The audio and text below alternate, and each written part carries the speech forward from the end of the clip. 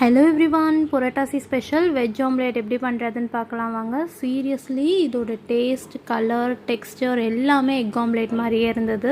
ஒரு சூப்பரான side dish. மறக்காமல் வீடியோவை சேவ் பண்ணிக்கோங்க, கண்டிப்பாக யூஸ் ஆகும்.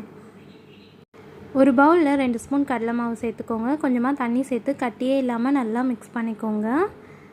இப்போ நம்ம பொடியாக கட் பண்ணி வச்சுருந்த 2 ஆனியன் சேர்த்துக்கலாம்.